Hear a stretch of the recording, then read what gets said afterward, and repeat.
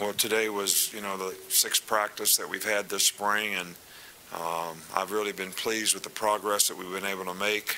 A lot of guys have picked up things quickly. There's kind of a sort of nice blend of some experienced players and some younger players. Having 15 mid-year guys this year, a lot of young guys who have made a significant amount of improvement, and some of the older guys have certainly contributed to that. Obviously, we've got a long way to go in terms of some of the things that we want to try to accomplish.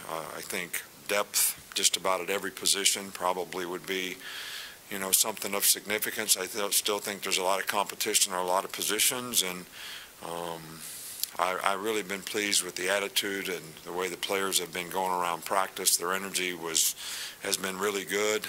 They're working to try to do the little things right, finish plays, pay attention to detail, learn, support each other. So I'm really pleased with that. I'm sure that, you saw that Terrell Lewis is dressed out there, not doing much. We cleaned his knee up. Doc wanted to do something to it, and as a precautionary thing, he'll be very, very limited all spring long.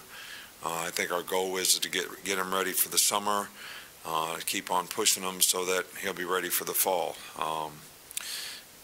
We got a couple other guys that might miss practice for a day or something that don't really have any significant injuries, and we're not going to give you an injury report every time we have a press conference. So, but just because a guy didn't practice doesn't mean just had a minor injury, so he missed one day of practice.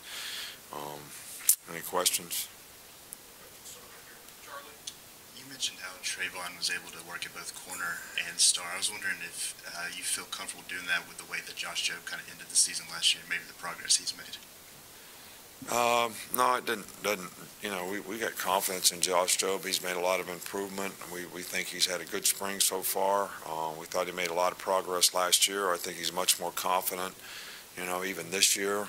He's played pretty well, so far this spring. So, but that doesn't have any bearing on the fact that, we want, Shaheem is still limited, still in a black shirt, trying to do some things, but is not full speed. So, it gives us an opportunity to get Trayvon a lot of experience there. Last year, he wasn't confident in everything he's supposed to do. I think he's getting more and more confident, and I think it'll help add depth and give us more diversity in terms of who we can play where. Where have you seen progress in the offensive line, and where do you see things, or what is your goal for the end of spring for getting 5 in that position? Well, I think I've been really pleased with some of the young players that we have. They're obviously swimming. Probably the most difficult thing, the one position that probably requires more knowledge and experience, maybe the offensive line. But I see ability there, but I've been pleased with Alex at tackle. Jedrick has done a good job. Chris Owens has worked hard at center and doing a good job. Matt Womack was doing a good job at guard. E has done a good job at guard. Some of the young guys are, Evan Neal, Dalcourt. I feel pretty good about that group. They've got to develop probably more consistency in what they're doing, but I feel pretty good about that group, and I feel good about the progress they've made. And I think the transition to, Coach Flood has been seamless and seems to be working really well. Coach, in the off season, with the staff changes that you hired a lot of more experienced coaches, it seemed like. And can you tell that out there this spring? Is that something that's sort of translated onto the practice field? Well, I think that, no disrespect to any of the coaches that we had here before, I thought they did a wonderful job. I think there were a couple areas where we had a limited amount of experience, but and I think that, we've been able to improve the staff in a lot of ways with the people that we have and the experience that they have. I thought we needed to improve our staff as a recruiting staff a year ago. I think we did that. I think this recruiting class probably showed that. I think that the guys we hired are good recruiters, but I do think in some cases we have more experience, and I think knowledge and experience is always something that is, really beneficial to teach players.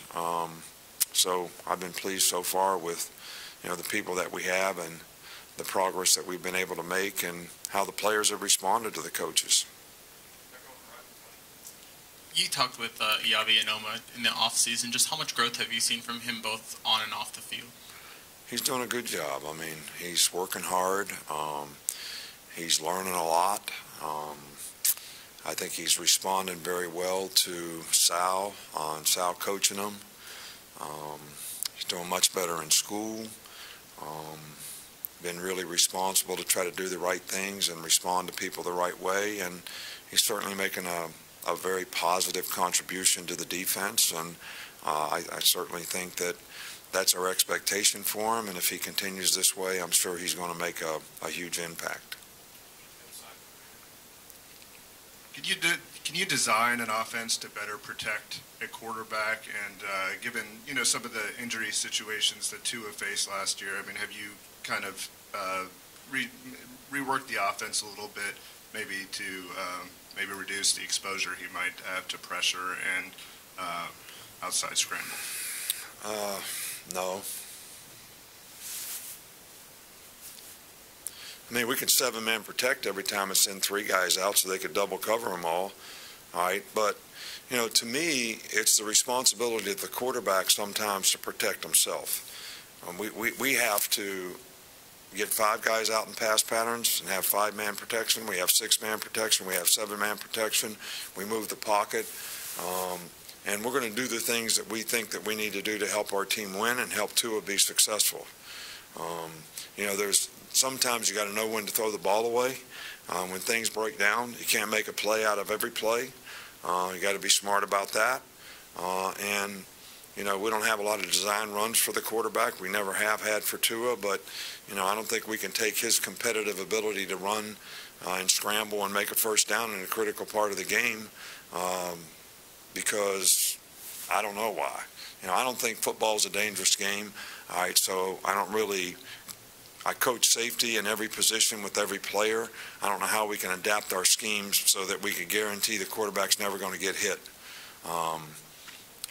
So I think they've been trying to do that for years and years and years in the NFL until they change all the rules. Nobody could ever figure it out.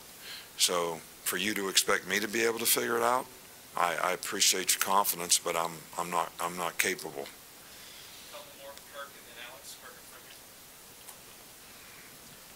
Coach, basketball's in the news, of course, with Coach Johnson leaving and looking for a new one. I wonder how important it is to you as a football coach to have excellence in basketball and all other sports.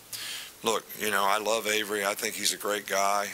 We had a great relationship here. We tried to help him every way that we could in recruiting or whenever we can, and we certainly wish him and his family, the very best. I also have confidence in our leadership here that, they're going to make good choices and decisions about who they choose to lead, every program. I think everybody here knows that I've always been committed and helped every sport. Every way that I can, whether it's speaking to their team, whether it's talking to their recruits, and I'm certainly going to continue to do that in basketball because, philosophically, I think there's a tremendous amount of exposure in every sport.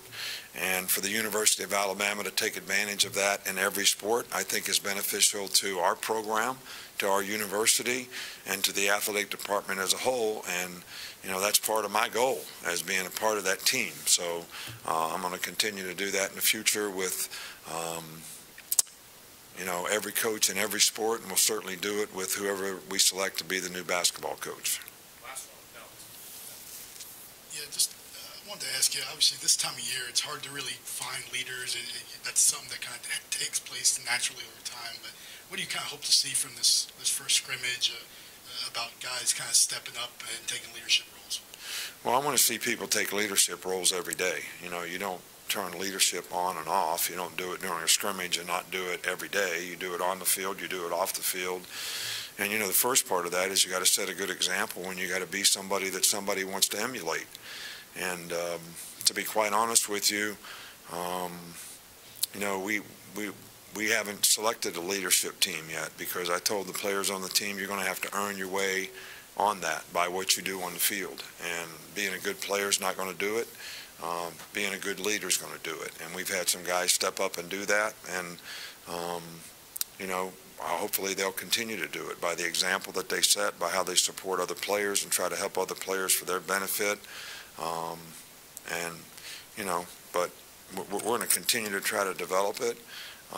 We got a leadership, you know, seminar that we always have in the spring that we're going to have again this year. And but I actually do think that it contributes to a large degree to the success and failure of the team as to what kind of leadership you have on the team.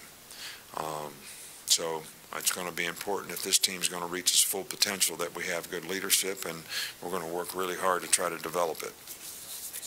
All right, thank you.